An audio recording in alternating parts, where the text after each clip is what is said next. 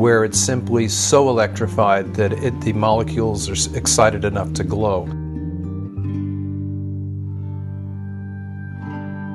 Other evidence shows that there is energy occurring naturally everywhere on the planet that our science knows about but seems to ignore. Nikola Tesla sought to provide the world with free wireless electricity for everybody on Earth. He discovered that electricity occurred naturally throughout the Earth's atmosphere and ground.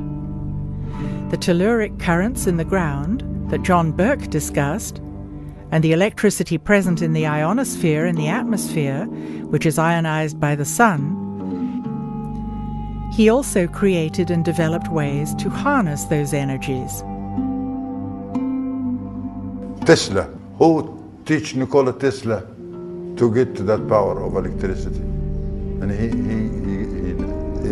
he didn't invent it, it's already there, but he know how to use it. And not only that, he did not take an advantage like Mr. Edison. Tesla wanted to harness the natural energy that exists everywhere on Earth and make it free to the public. Edison endeavored to produce and distribute electricity by creating a regulated monopoly for profit. He became rich and the people more light into their home. Yeah, so Nikola Tesla, he's the one think of how to use this energy. Between 1901 and 1917, the Tesla Tower was built on Long Island as a wireless broadcasting system for telephone and electrical signals.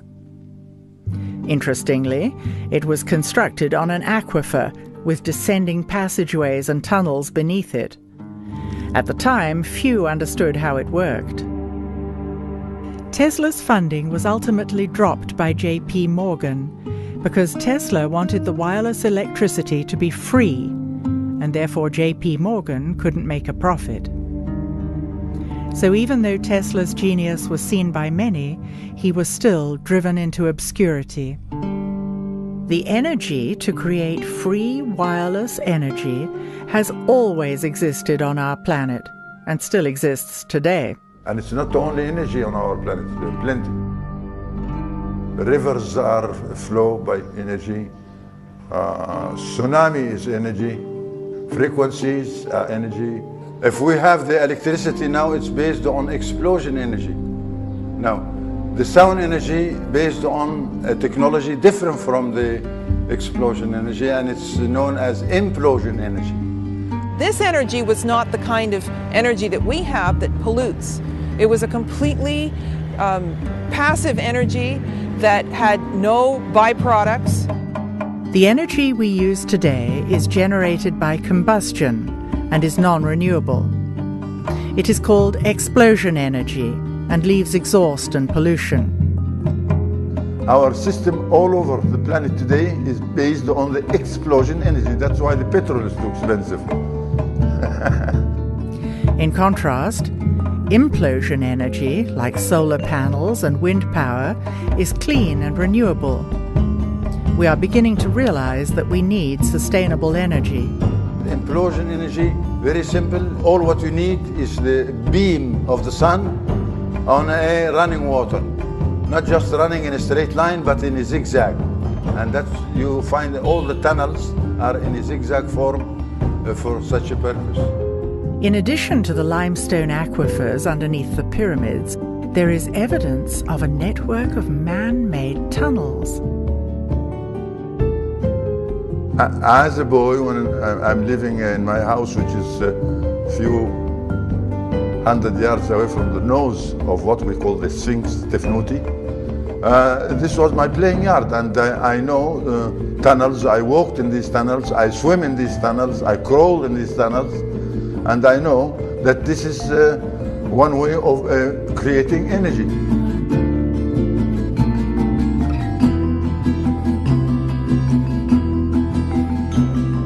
Now this is cost nothing. I mean, all what you need is a beam of the sun reaching the running water underneath the tunnel, and you can see that there are many openings in each tunnel permit this sunbeam reach the water. And when it does, then the energy is there. Energy is not just to run your car, or it's run the people, feed the people.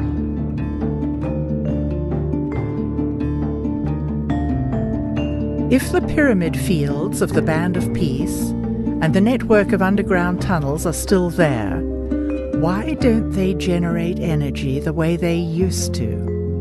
In the condition of the pyramids now, stripped of those smooth insulating outer casings, it's going to leak electrical air about as well as a car radiator radiates heat. I mean, it's almost perfectly designed to weaken that, and yet still you get these reports of people like Siemens, who was one of the pioneers of electricity, and he was an Englishman. There's even a unit of electrical, I believe, resistance named after him called the Siemens. He was on top of the Great Pyramid, I think, during the 1880s, and they began to notice that when his Arab guides stood up and spread his fingers, they'd hear a ringing. And when he closed them, you wouldn't. And he stood up, and he could sense the literal electricity in the air. And on the spot, he improvised an instant Leyden jar, which is one of the earliest things they used to use to store electric charge. And he did it by opening a wine bottle, wetting some newspaper, wrapping the wet newspaper around the glass wine bottle, and holding the wine bottle up above his head until sparks started to issue from the wine bottle. And at that point, his Arab guides started accusing him of things like witchcraft. They got into a physical struggle, and he accidentally touched one of the guides with the charged wine bottle, and it knocked the man to the ground and unconscious for a short period, after which they took off down the pyramid.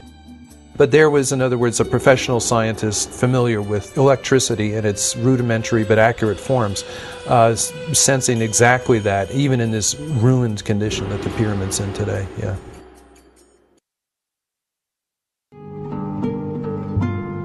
If you come to the Egyptian Museum, there is an item over there known as the schist disc, found by Dr. Walter Emery, and he said, or he think that it could be a vase for a lotus flower. No.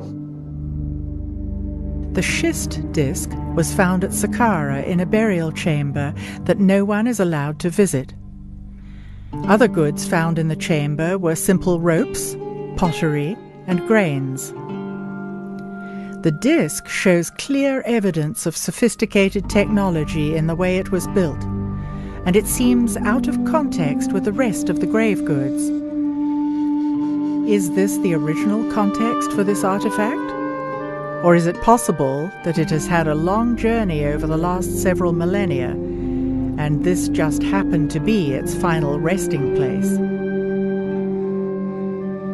Look at this hollow stone tube. It looks as though the schist disc could fit over it. It would take sophisticated instruments to shape the tube so precisely. How did they do it? To cut the stone. This is by a sonic cut with no metal instruments like a bronze chisel or this. No, it's another stone. And this other stone, it's the hardest stone you can find, which is the diamond. There are pieces of stone lying around that show concave shapes that actually have the machine tooling marks on it. The evidence of the high technology is right in front of us. Look again at these quartz objects.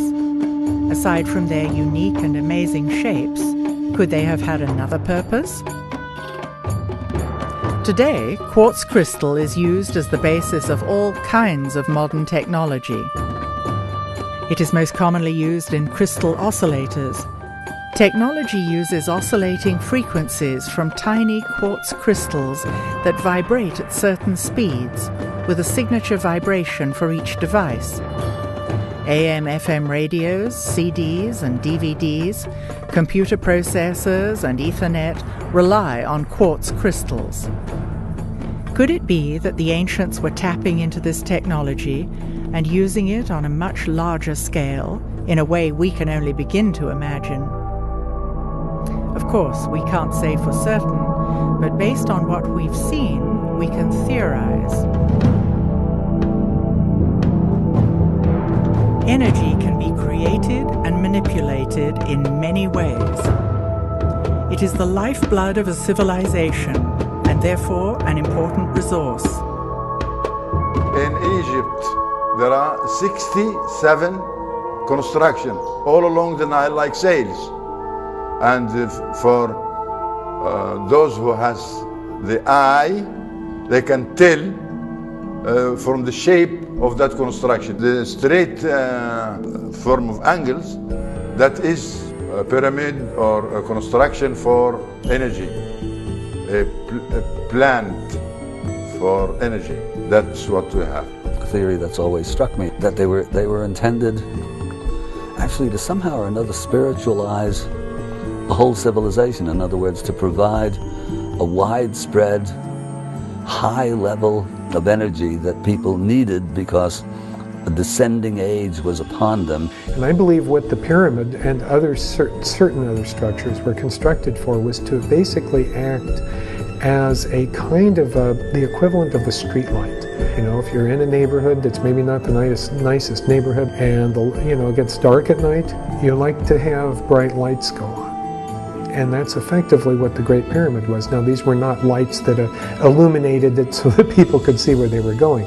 It was basically a device, a generator for, if you will, broadcasting and transmitting throughout the planetary structure a type of field which uplifted the entire humanity.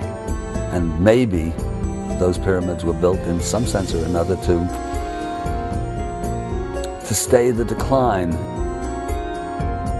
Let's call them in some sense or another spiritual granaries designed to somehow store an emotional or spiritual or psychological or some sort of energy that was needed to keep people from becoming the total barbarians that they subsequently became. We had the ability to basically prop up humanity for a while using the system, but what we saw was the street light eventually went out.